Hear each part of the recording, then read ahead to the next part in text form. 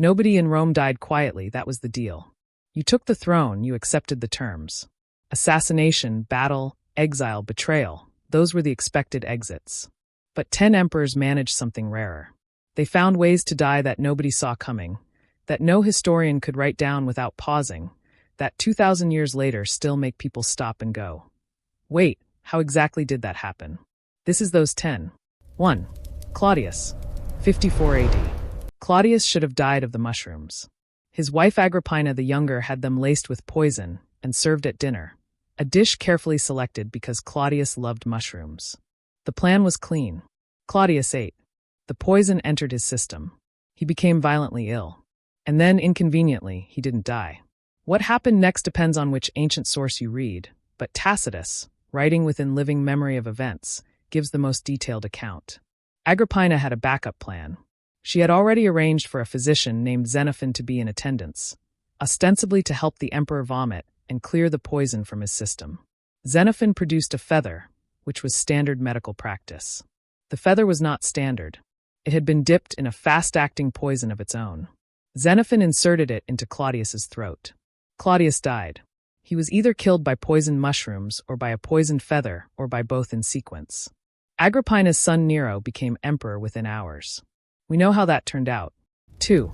Caracalla, 217 AD. Caracalla was one of the most brutal emperors Rome ever produced.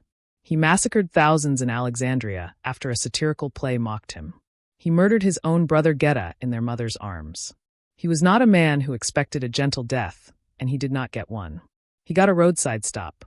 Caracalla was traveling between Edessa and Cary in modern Turkey, on his way to a military campaign against Parthia. He pulled over to urinate by the side of the road. A soldier in his escort named Julius Martialis approached. Martialis had a personal grievance. Caracalla had refused to promote his brother, and apparently decided this particular roadside stop was the moment to act on it. He stabbed Caracalla once. Caracalla died on the ground in the dirt next to a Roman road, killed while relieving himself, by a soldier with a grudge about a promotion. His reign had lasted 6 years. His final moment lasted about 3 seconds. 3. Valerian, 260 AD. Valerian was the first Roman emperor ever captured alive by a foreign enemy. The Persian king Shapur I defeated his army at the Battle of Edessa in 260 AD, and Valerian was taken prisoner on the battlefield. He was not ransomed. He was not exchanged. He spent the rest of his life in Persian captivity. The accounts of what happened to him afterward range from relatively dignified house arrest to something considerably worse. Persian sources, supported by rock carvings commissioned by Shapur I himself, depict Valerian kneeling in submission. Later sources, including Christian writers who considered his fate divine punishment for persecuting Christians, claimed Shapur used him as a human mounting block, stepping on the emperor's back when climbing onto his horse. When Valerian finally died in captivity, possibly around 264 AD, Shapur allegedly had his skin stuffed with straw and displayed in a Persian temple as a trophy. Rome spent years pretending this had not happened. The official accounts were vague. The Persian rock carvings are still standing. 4. Carus, 283 AD. Carus was on campaign against the Sassanid Persian Empire, east of the Tigris River, when a violent thunderstorm moved through his camp. The official account recorded by Roman historian Historia Augusta states that lightning struck his tent and killed him instantly. His death was immediately interpreted as a sign from the gods that Rome had pushed too far east, that the campaign should stop, and that the army should go home. The army went home.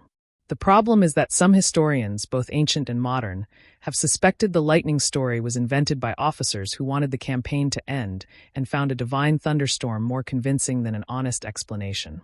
Carus had been moving toward the Sassanid capital of Ctesiphon, which his forces had apparently already captured or were approaching. An emperor dying of lightning in his tent at exactly the right moment to justify retreat is either a remarkable coincidence or a useful story. The truth has never been established. The lightning explanation was recorded, accepted, and that was the end of Carus. 5. Commodus, 192 AD. Commodus had been making enemies for years. He fought in the gladiatorial arena as a performance while billing Rome 1 million sesterces per appearance, money the city paid for the privilege of watching the emperor kill disadvantaged opponents and call it divine combat. He renamed Rome after himself. He declared himself the reincarnation of Hercules and wore a lion's skin to official functions. By the end of 192 AD, a conspiracy had formed involving members of his own household. His chamberlain Eclectus, the Praetorian prefect Laetus, and his mistress Marcia. They decided to act on New Year's Eve. Marcia gave him poison wine. Commodus vomited the wine and did not die. The poison had not taken properly. The conspirators then sent in a wrestler named Narcissus, who had trained with Commodus in the palace. Narcissus strangled him in his bath.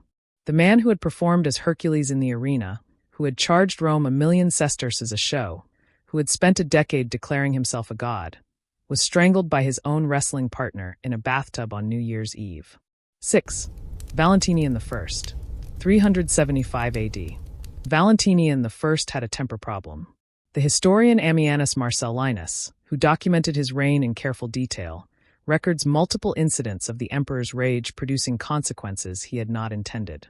This was the man who kept 2 pet bears named Golden Fleece and Innocence, trained to maul prisoners he sent into their enclosure. His anger was not metaphorical.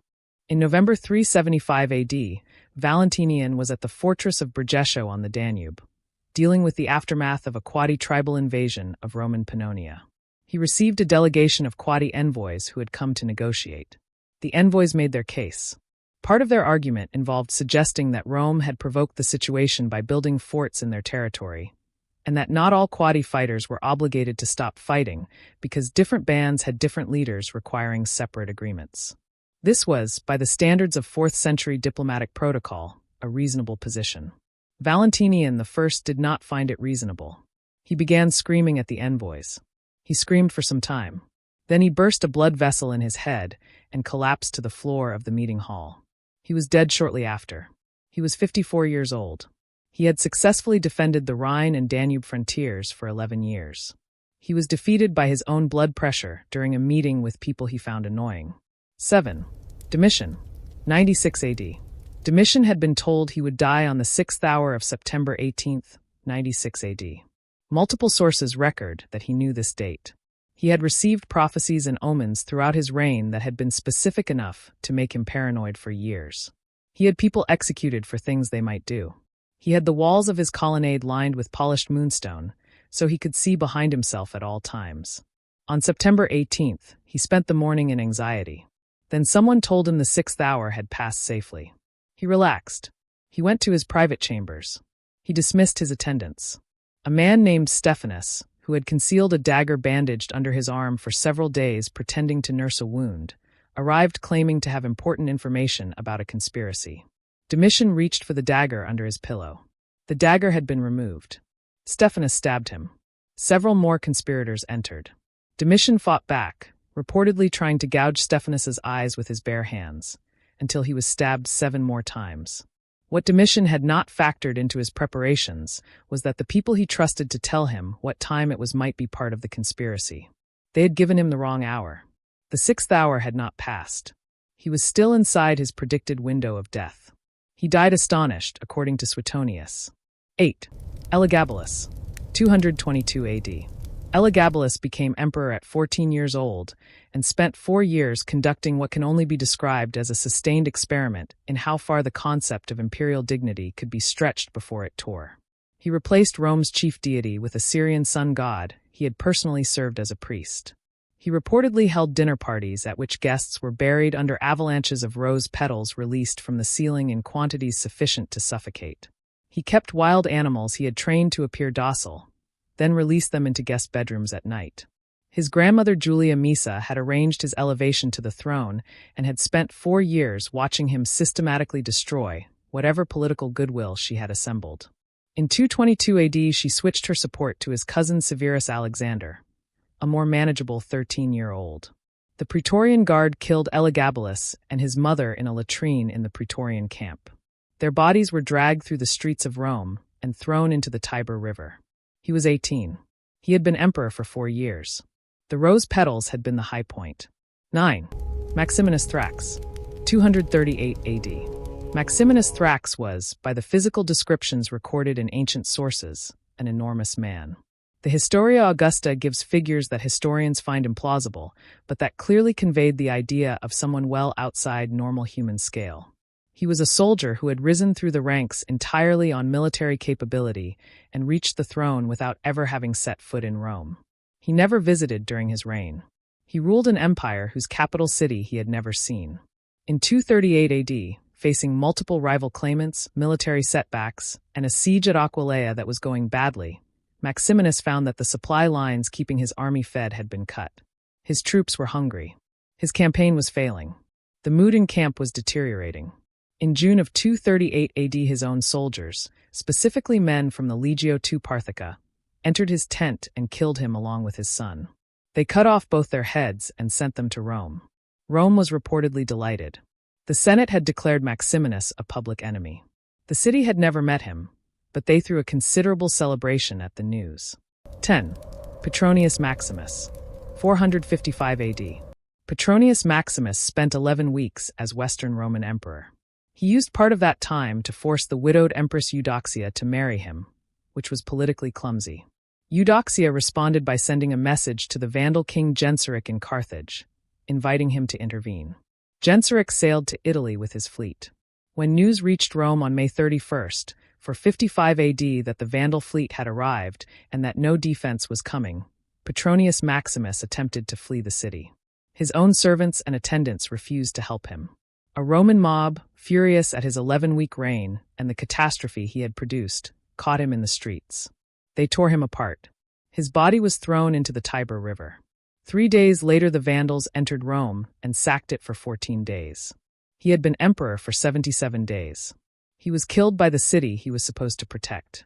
The Vandals arrived to find no emperor, no defense, and a city that had just solved one problem by creating a much larger one. 10 emperors.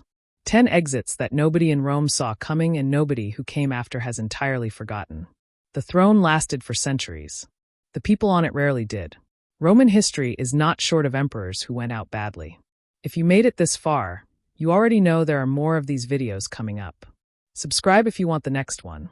There are enough weird history stories to keep this going for a very long time. Drop in the comments which death hit different.